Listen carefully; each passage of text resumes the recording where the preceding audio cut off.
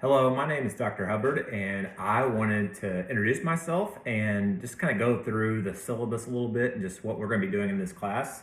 So, I've been teaching with Liberty for about 4 years now, and I've enjoyed my working with candidates as they've completed their doctoral program and just helping them. I spent a lot of time teaching 850, where we helped them with literature reviews as well, and so I also mentor doctoral candidates.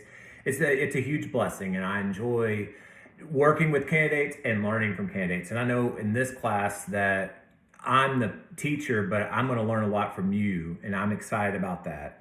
And so, what is this class? It's EDUC 703, Theories of Historical and Social Foundations in Education. So what we're going to do is we're just going to take a look just back in the history of education, a history of just different educational philosophies and foundations, and just kind of how we got to where we're at today. We're also going to look at things through a biblical worldview and a biblical lens, and just to see how that applies. And there's some things in the past where you'll think that's great, that's awesome, and then there's other things where you're like, that's not so great. And so we're going to kind of do some critical analysis. We'll look at both sides, but we're going to look at those things, and we're going to look at how they apply to us today and how we can apply those. And I just want to kind of give you a big picture as you go through this process and do a dissertation or a capstone. A lot of times what you have to do is, one, you're going to have to analyze, dig into an educational theory and try to apply that theory to your topic. But another thing you want to do is, when you're trying to address a problem in education, you want to dig into the history of the problem of how did we get here? And so a lot of these concepts that we're going to cover in this course are going to be things that you'll be able to use in your capstone project or in your dissertation someday. And so I'm excited about that. And hopefully there are things that you could use to help you in your role as an educator. Okay. And so how will this course be set up? You're going to have 4 discussions. And so we're going to look at different parts of history, different eras, and you're going to have a discussion, a prompt there. You'll have the prompts where you could write from, and then you'll reply to classmates. Please keep that respectful. I know you'll do that.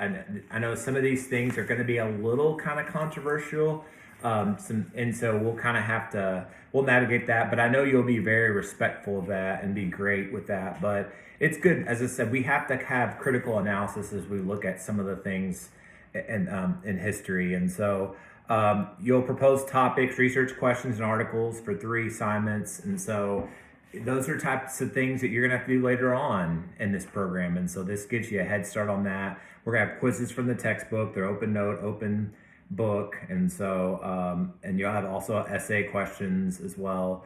You're going to have summarize and analyze peer-reviewed journal articles. Another thing you're going to find in this program is, as you want to write as a scholar, as you build up towards this dissertation or capstone, you've got to use credible sources. And so, we're going to focus on accessing that database where we look at those peer-reviewed journal articles and just be able to do critical analysis of those, be able to look at those and take things from them, but also be able to be critical. We have to at times.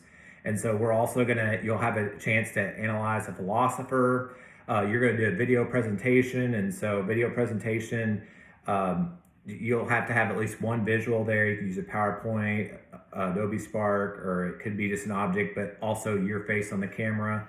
And also just historical topic analysis. So like an event or movement, you're just going to look at an event or movement in the past and just look at from a biblical worldview and look at peer review articles and just use that to drive your work. Okay. And so also philosopher values and ethics. And so that's another thing we're going to have to look at. You'll look at ethic as you go throughout this program. We have to look at ethical considerations and ethics in education. Okay, and so in addition to that, we'll spend a lot of time, learning APA 7. I know some of y'all have varying levels of confidence with that. And so some of you have probably just completed a master's program or graduate program where you use that a lot, and then some of you maybe haven't done a program in a long time. And so learning APA 7, I'm going to be here to help you. Also, there are deductions for late assignments. I'll be honest with you. I understand that you're busy. I understand that you've got conflicts in this, summer, you have vacations and the school year you have conflicts, if you will communicate with me in advance, I can give you grace. But the thing that we can't have is just you not doing work and not communicating in advance. And so I will be willing to work with you, but just make sure you keep me updated.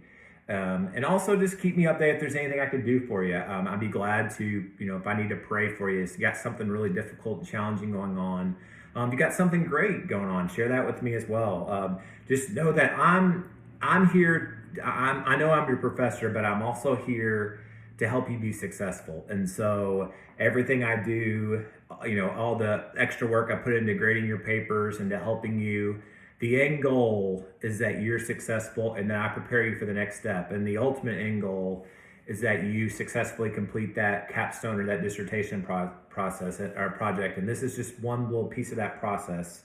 And so I want to help you on that stage. And so, as I said, please reach out to me. You can email me, you could text me if you have any questions. My number is 479-466-5262. We could also talk over the phone. I ask if you call me, just please text me in advance just to know that that you're one of my students calling, okay?